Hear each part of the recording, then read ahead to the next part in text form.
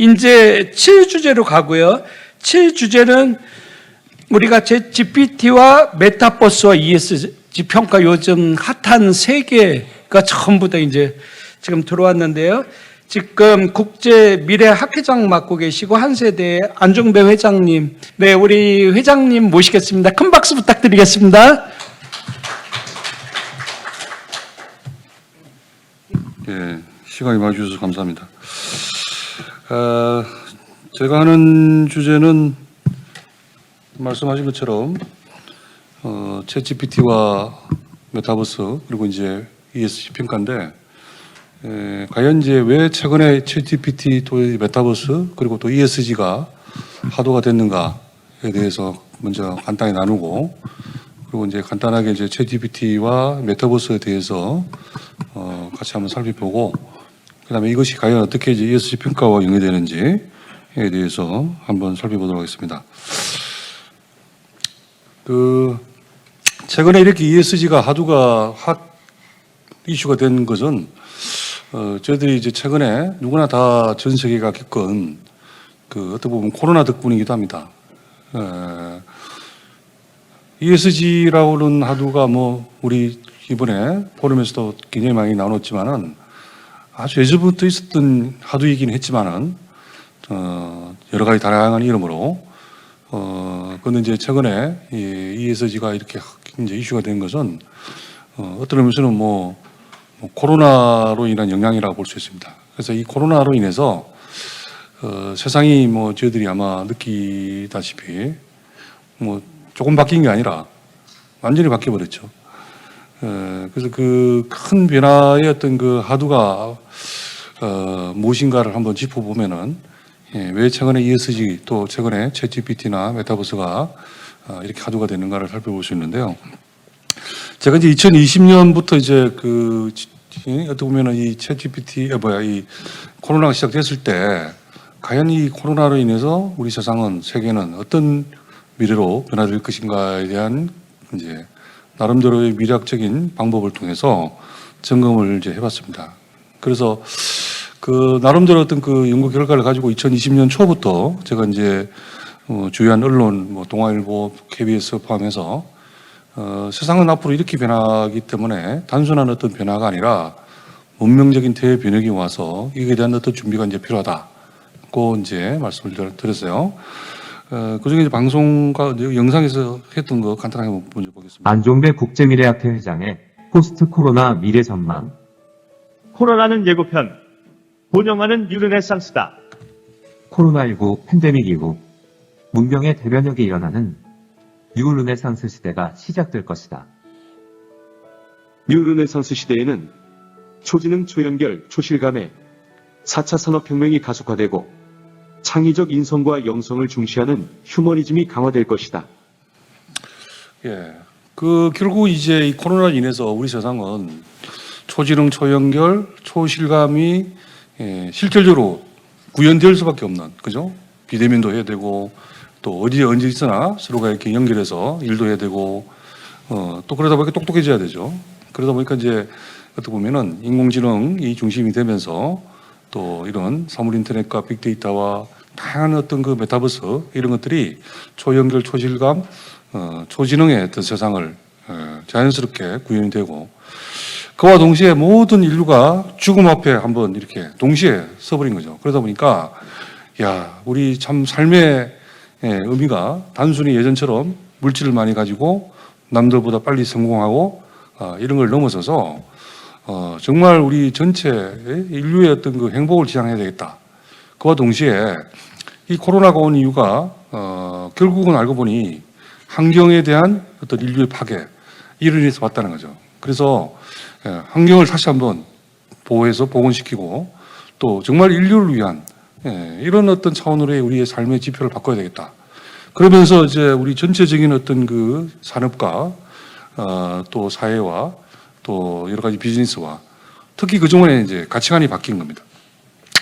그래서 이런 가치관들이 좀 더 휴머니즘을 강화시키고 따뜻한 어떤 그런 사회 그리고 환경을 보호하면서 인류가 지속 가능한 그런 방향으로 가는 그런 어떤 차원의 변화가 일어나다 보니까 최근에 화두가 되고 있는 ESG라는 이 환경과 사회공헌과 함께 더불어 사는 그런 어떤 윤리경영, 이제 이런 것들이 이제 굉장히 급부상하게 된 거면서 자연스럽게 이제 우리는 이런 인공지능 시대와 메타버스 시대와 함께 ESG를 동시에 이렇게 그 주요한 하나의 아젠다로 우리가 지금 나누는 그런 시대가 됐고, 이런 어떤 사회에 따라서 우리는 뭐 원하든 원하지 않든 어쨌든 이런 인공지능과 메타버스가 급속히 우리 사회의 모든 곳에 적응이 되고, 또 ESG가 우리의 어떤 그 모든 부분에서 중요한 지표가 되는 그런 사회가 왔다는 겁니다. 자, 그래서 이제 이 최근에 왜 이런 챗GPT가 왔는가의 말씀을 드렸잖아요.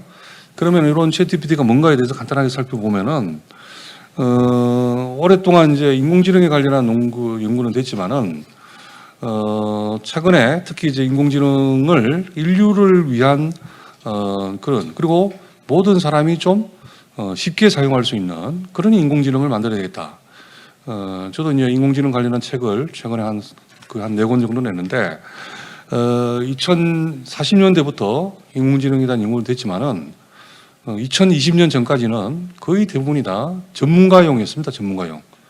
정말 특정한 전문가용으로만 쓰다가 2020년이 되면서 급속도로 모든 사람이 좀 사용할 수 있고 편하게 활용할 수 있는 그런 차원으로 인공지능을 이제 개발시켜야 되겠다.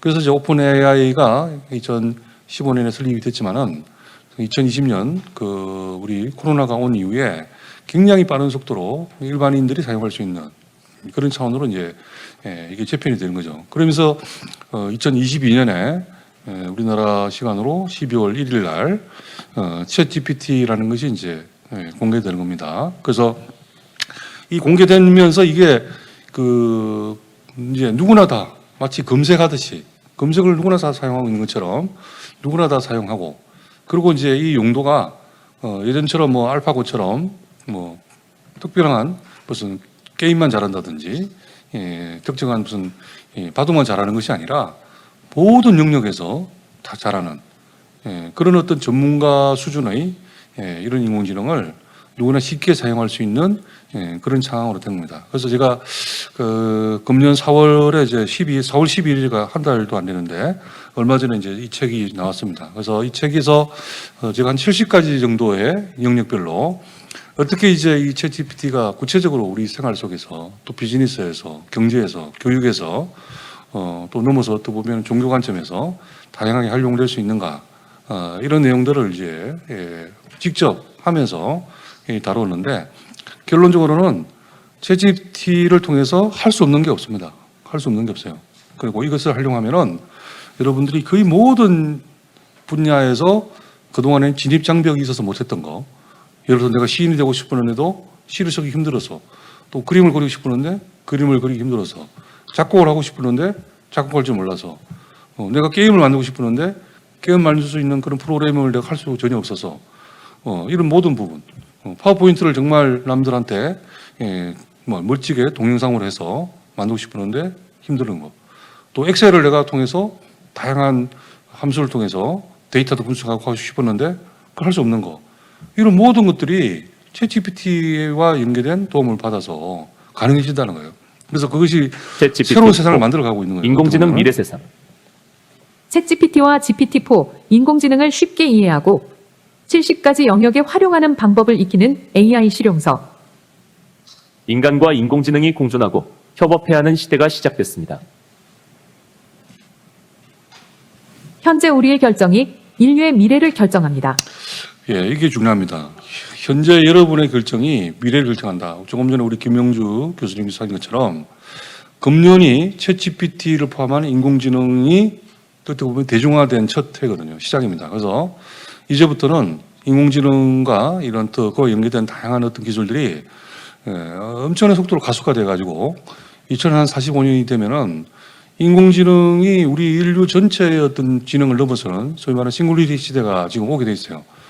지금 속도로 봤을 때는 만약에 이대로 나와주면은 더 빨리 오면 빨리 왔지 더 늦어질 것 같지 않은데, 그러면은 이제 우리가 이 인공지능을 어떻게 활용하느냐, 우리 인류를 위해서 사용하느냐, 아니면 나중에 인류에게 재앙이 되느냐, 이 부분은 현재 우리에게 달려 있는 겁니다. 우리가 인공지능을 정말 인류를 위해서 선용하고 또 항상 우리 인류가 주체가 되고 인공지능을 수단으로만 활용하는 그런 상황이 됐을 때 그런 어떤 첫 출발이 문제가 중요하기 때문에 그런 단추를 끼웠을 때 우리에게는 굉장히 이제 유익한 그런 인공지능으로 남아 있을 수 있다는 거죠.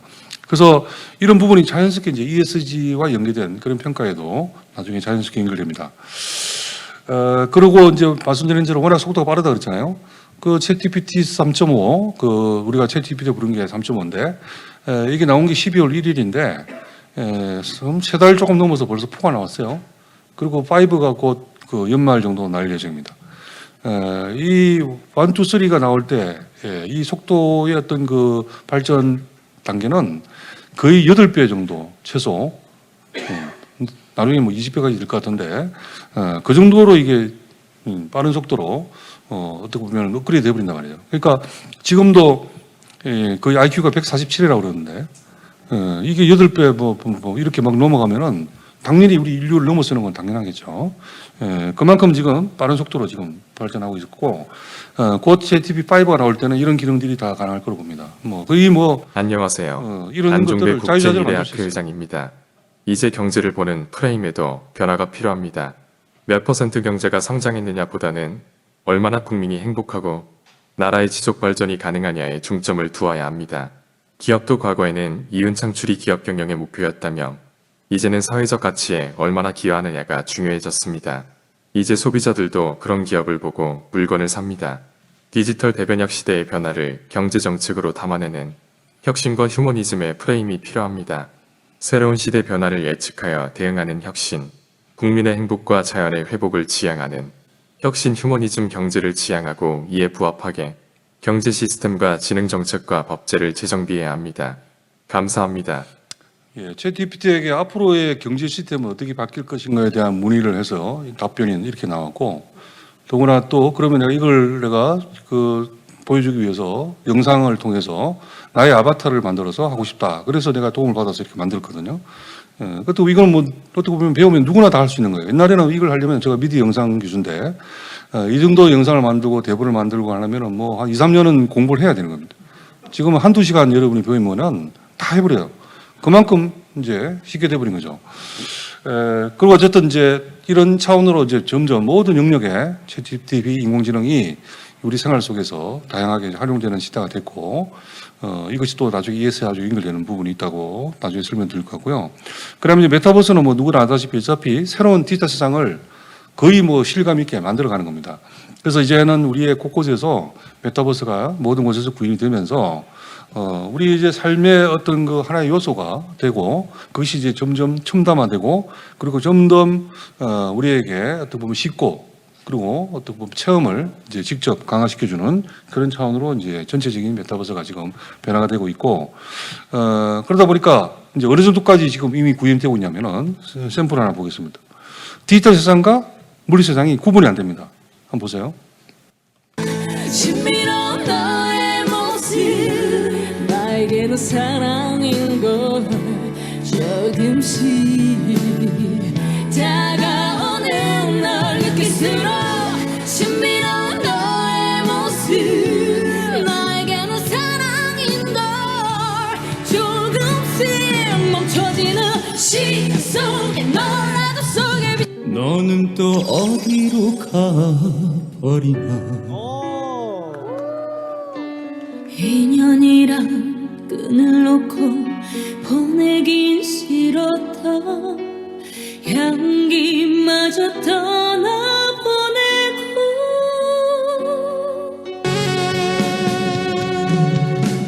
인연이란 끈을 놓고 보내긴 싫었다 향기마저 떠나보내고 바람에 날리는 저 꽃잎 속에 내 사랑도 지힌다 모르니 아쉽히며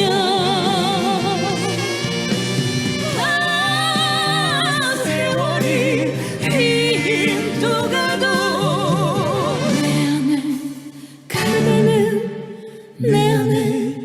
그대는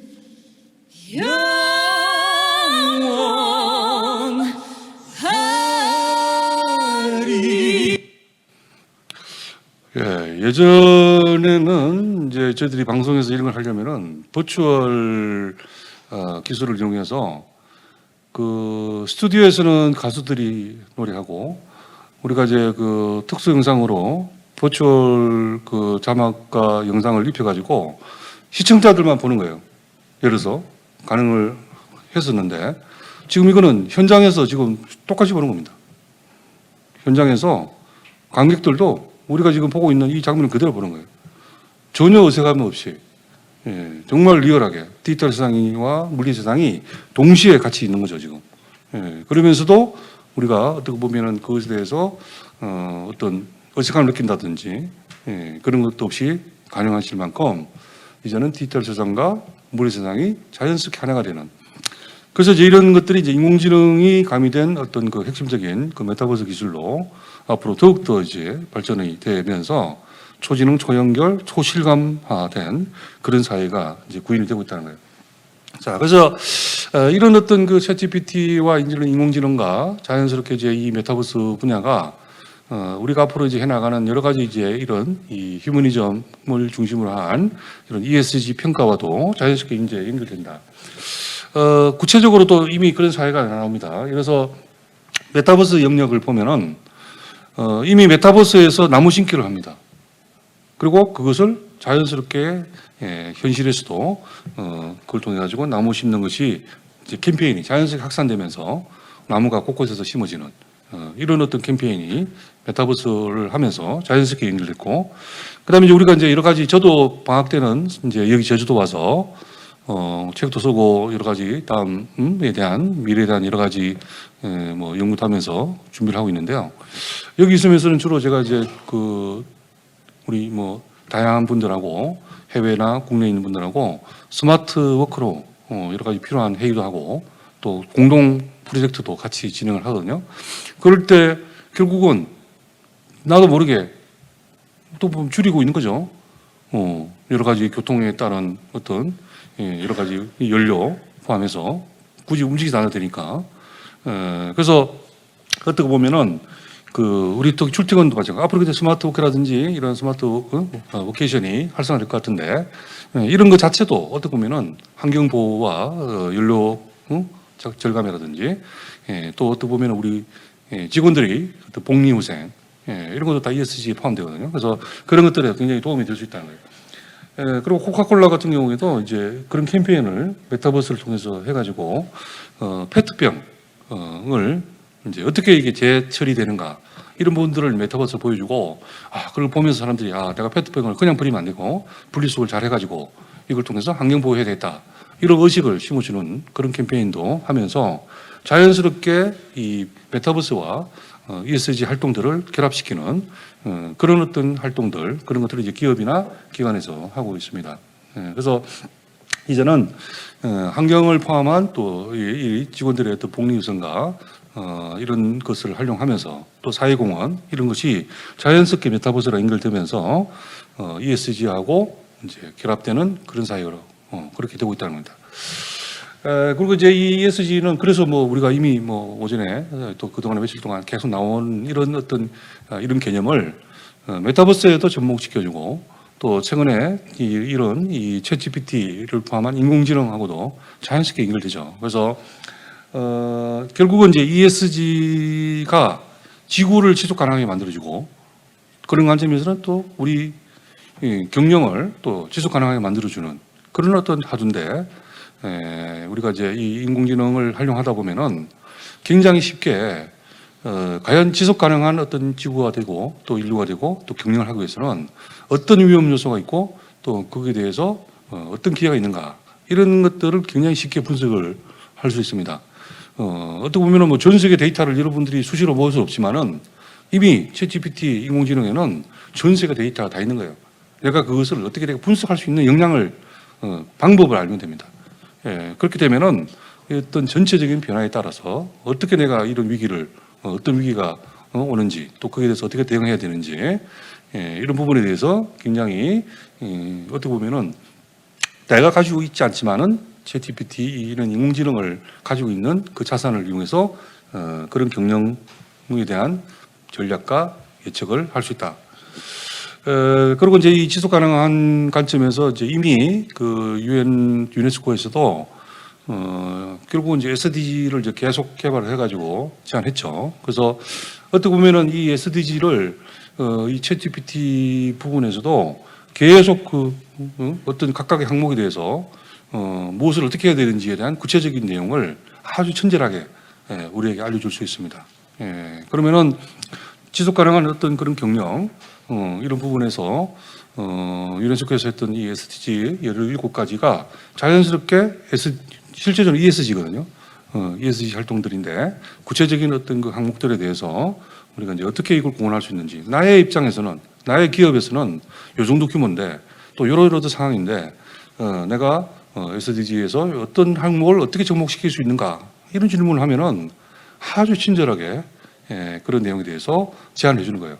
그러면 뭐 내가 그걸 보고 나름대로 평가를 하고 나름대로 해서 실질적인 구현이 가능한 그런 ESG 경영 활동을 할 수 있게끔 된다는 거죠. 그래서 이제 그런 관점에서 AI를 이용해서 또 구체적으로도 많이 활동하고 있어요. 뭐 이 SK에서도 여러 가지 독거 노인이라든지 또 필요한 여러 가지 이제 코로나19 왔을 때도 여러 가지 이제 사회공헌 차원에서 이런 차원으로 AI와 함께 연계해서 자연스럽게 SDG 활동을 ESG와 함께 연계해서 다양하게 진행을 했습니다. 그리고 이제 자연스럽게 이제 특히 이제 우리 G 부분인 이 윤리 경영 부분은 우리 그 챗GPT가 가면 갈수록 인공지능이 개발되면 개발될수록 투명 경영, 윤리 경영을 안 하면은 도저히 이제 견딜 수가 없는 그런 상황이 이제 되어갑니다. 세상의 모든 그 데이터들이 다 이게 접목이 돼서 이렇게 자연스럽게 우리가 알든 못하든 다 노출되는 상황이 이제 더욱더 가속화 될 거라고 말해요. 특히 여러 가지 기업 공시라든지 이런 것들은 어차피 해야 되고 또 그것이 다 데이터가 돼갖고 누구나 다 보게 되고 그러다 보니까 윤리 경영해야 되고 또 직원들 뭔가 좀 이제 복지를 더 향상시키면서 그러면서 동시에 일의 어떤 능률을 높이는 그런 차원의 복지적인 그런 관점에서도 경영을 해야 되는데 그런 관점에서도 챗GPT가 우리 활용을 잘하면은 도움을 줄 수 있다는 겁니다. 그래서 그 예를 들어서 예전에는 어떤 업무를 하게 되면은 그 기업에서 지금 종업원들이 80 정도를 데이터를 모집하고 또 그걸 가지고 이제 취합을 해가지고 한 20 정도의 어떤 분석을 통해서 아웃풋을 냅니다. 그런데 어떻게 보면 지금은 반대가 되어버린 거예요. 20 정도의 인풋을 하면은 얼마든지 이전에 80 이상의 데이터가 수집되거든요. 이런 걸 하면 그러면은 그 나머지 80을 어떻게 보면은 그냥 또 다른 일에 업무를 주지 말고 한 30 정도를 활용을 하고 50 정도는 오히려 이제는 복지로 힘을 줄 수 있는 우리가 계속 지금 주장하는 게 그잖아요. 너무 우리 일이 많다. 조금은 쉴 틈이 없다. 그러니까 80에 투입됐던 것을 20으로 줄여줬으니 이제는 오히려 30 정도를 추가 투입해서 남는 50 정도를 오히려 같이 사회공헌도 하고 또 같이 쉬기도 하고 힘도 주고 좀 여유 있게 여유 있는 삶을 살아갈 수 있도록 하는 방향으로 가면은 이게 훨씬 더 우리 어떤 그 종업원의 어떤 그 복지에도 도움이 되고 또 여러 가지 어떤 ESG의 평가에서도 불화가 될 수 있는 그러다 보니까 이제는 이 채용을 해도 옛날처럼 뭐 예를 들어서 장애가 있다든지 여성이라서 또 아기를 낳아서 육아 때문에 채용을 못하다든지 이런 게 없어지는 거예요. 얼마든지 재택근무도 가능하고 또 장애가 있어도 전혀 장애에 넘어설 수 있는 그런 업무가 가능한 방향으로 활용할 수 있는 그런 인공지능과 또 메타버스가 연계되기 때문에 그런 차원에서 이제 ESG의 어떤 그 평가에 굉장히 도움이 되는 그런 역할이 가능하답니다. 그리고 실제적으로도 이제 그 평가 지표와 관련해서도 이런 챗GPT와 메타버스와 연계되면은 이런 다양한 관점에서 실질적인 평가에도 도움이 되는 그런 요소들이 많이 있습니다. 예, 그래서 그 나중에 평가가 받을 때도 오히려 ChatGPT를 이용하면은 평가 나중에 평가서 보고서 쓸 때도 어떻게 보면 도움이 많이 주고 또 그런 분석들을 다양하게 해주기 때문에 굉장히 많은 도움이 될 수 있다고 봅니다.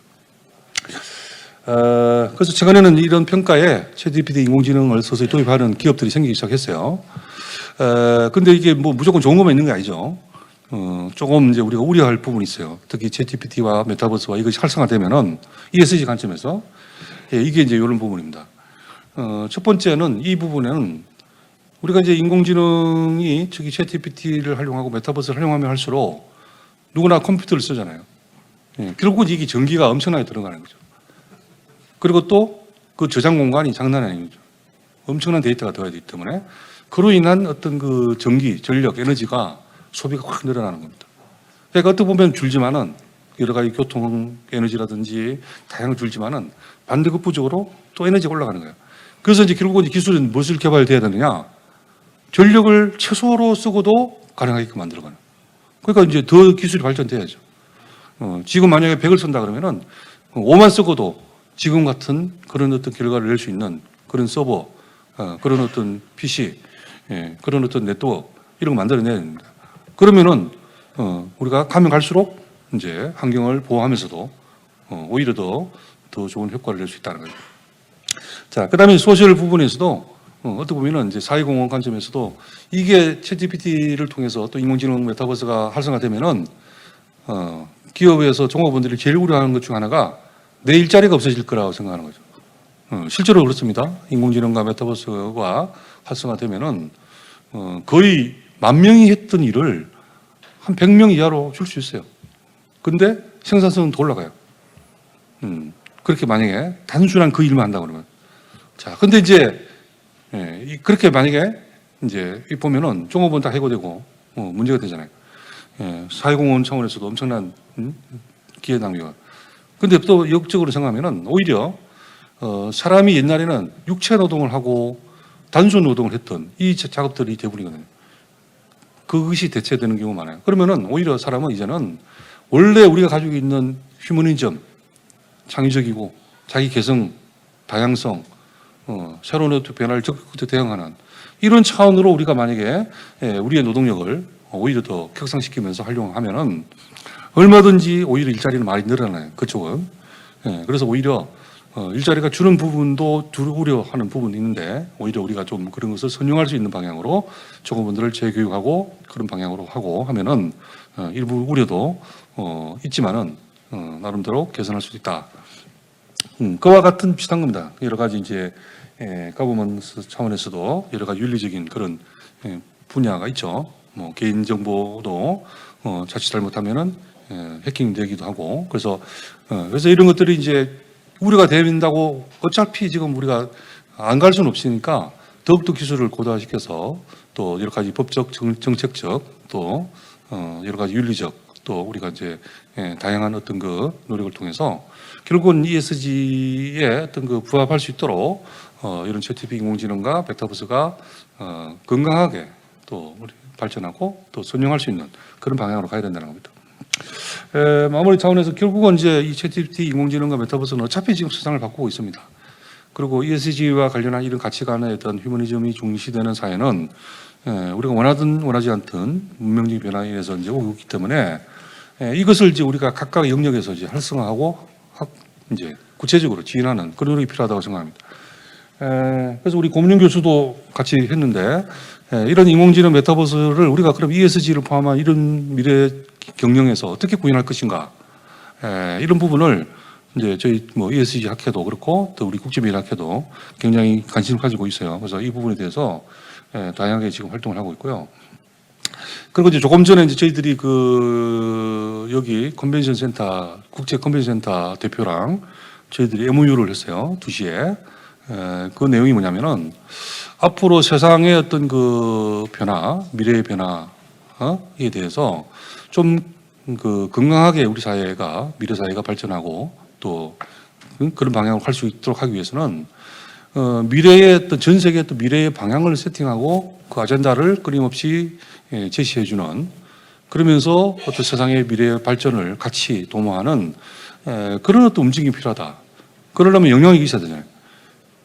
그래서 전 세계의 미래학자와 전 세계의 어떤 그 미래의 어떤 그 차세대 리더와 또 각 그 나라에 있는 그 미래 연구 기관들의 수장들, 그리고 주요한 대학의 총장님들, 또 문화예술 분야에 또 새로운 어떤 그 시도를 하는 그 미래예술인들을 총동원, 뭐 어떻게 보면은 한국에서 모여서 저희들이 세계 미래 대회를 이제 개최하기로 했습니다. 그래서 2025년부터 하기로 했어요. 그 중에 아젠다 중에 이제 하나가 이제 ESG 12개 아젠다를 잡았는데, 그 중에 이제 하나가 이제 주요 아젠다 중에 하나가 ESG고, 물론 또 ESG하고 연계된 게 많이 있죠. 그 외에도 뭐 여러 가지 이제 사회공헌, 미래교육 뭐 포함해서 자연스럽게 연결되는데, 어쨌든 ESG 분야도 굉장히 중요한 이제 하나의 아젠다로 저희들이 세팅을 해서 그렇게 진행하려고 합니다. 그리고 이제 그 결과를 자연스럽게 저희들이 세계 미래 AI 메타 도서관을 만들어 가지고 그 안에서 누구나 즐기고 또 같이 공유하고 또 우리 사회, 미래 사회가 건강한 방향으로 갈 수 있도록 같이 노력하는 그런 내용으로 저희들이 이제 진행하기 위해서 조금 전에 이제 2시에 저희들이 이제 그 MOU를 했는데, 그래서 2025년 정도 되면은 여기서 전 세계가 함께 미래를 논의하고 또 미래 방향을 세팅하고 또 그동안 했던 연구 결과들을 발표하면서 미래를 함께 나누는 그런 어떤 장이 될 겁니다. 그래서 자연스럽게 이제 그게 중요한 하도가, 그리고 우리 ESG가 되기 때문에 여러분들도 함께 참여해서 또 우리 고민영 교수도 거기 추진위원 12명의 추진위원 중에 한 명이거든요. 그래서 저희들 12명이 하고 있는데 같이 이제 동참하면 좋겠고, 앞으로 ESG 학회와 함께 또 우리 국제미래학회와 함께 지구를 지속 가능하게 하면서 또 우리 인류의 행복과 또 우리의 어떤 그 새로운 어떤 경영 차원에서도 발전할 수 있도록 서로 협력하면 좋겠습니다. 감사합니다.